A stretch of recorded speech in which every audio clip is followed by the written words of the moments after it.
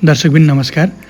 आज हामीहरूले क्याप्सिकममा लाग्ने थ्रिप्स जुन एउटा किरा छ इन्सेक्ट त्यसको व्यवस्थापनको बारेमा केही कुराहरू गर्छौँ। त्यसका लक्षणहरूको कुराहरू र विशेष गरी थ्रिप्सको लक्षणहरू भनेको पातमा सेतो धर्काहरू देखिने, पातहरू खुम्चिने, एकदम कक्रक्क पर्ने, बटारिने भनौँ न।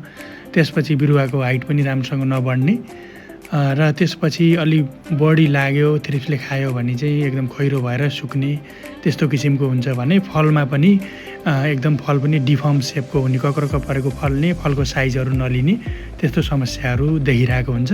र विशेष गरी यसको व्यवस्थापनको लागि हामीहरूले जैविक विषादी बोटानिकल्स भन्छ, यसलाई एजाडिरेक्टिन जुन निमको ओइलहरू स्प्रे गर्न सकियो 3 देखि 5 ml प्रति लिटर पानीमा मिलाएर र साथसाथै रासायनिक विषादीको रूपमा स्पिनोस्याड 0.3 ml प्रति लिटर पानीमा बनाएर स्प्रे गर्ने।